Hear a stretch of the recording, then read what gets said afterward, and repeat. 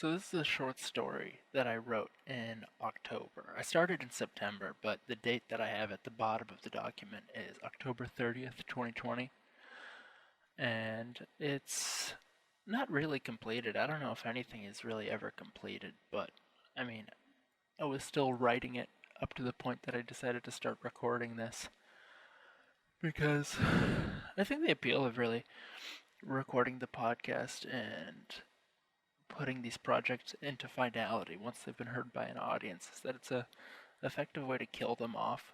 Because until I have some sort of finality on a project, I'm always thinking it through. It's still occupying some kind of space in my head. So I guess it'll continue to be worked on, but having some sense of completion to it, some sense of closure is nice. Anyway, this is called A Letter with No Return Address. When I first started it, it was called A Short Story About the Rest of History, but that kind of sucked. So, A Letter with No Return Address. Yesterday, for 2 minutes and 33 seconds, this message dropped unassumingly into the inbox of every active Hotmail.com user. Due to the lack of both a signature and intended recipient, it was sent to spam and was almost immediately deleted by watchful moderators.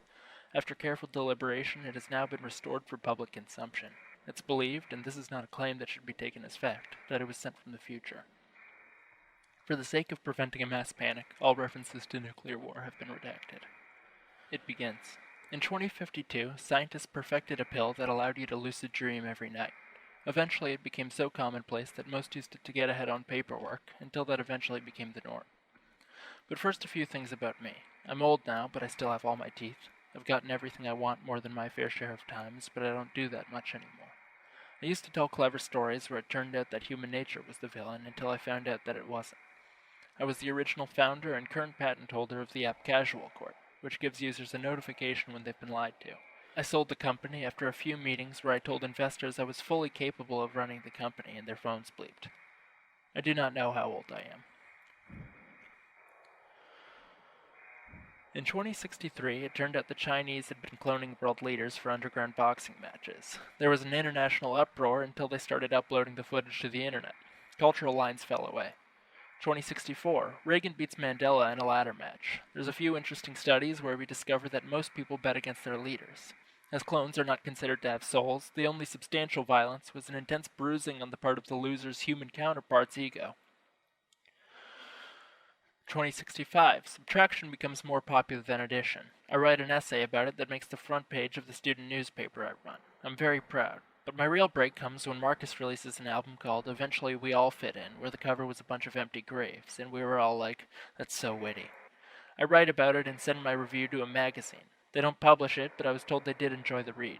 Self-posted, it circulates music forums like a one-armed swimmer until it slips under, dead in the murk of internet backlogs. 2068. We realize that we've only done it once, so everyone stops saying it doesn't matter if society falls. Humanity will always bounce back. 2070.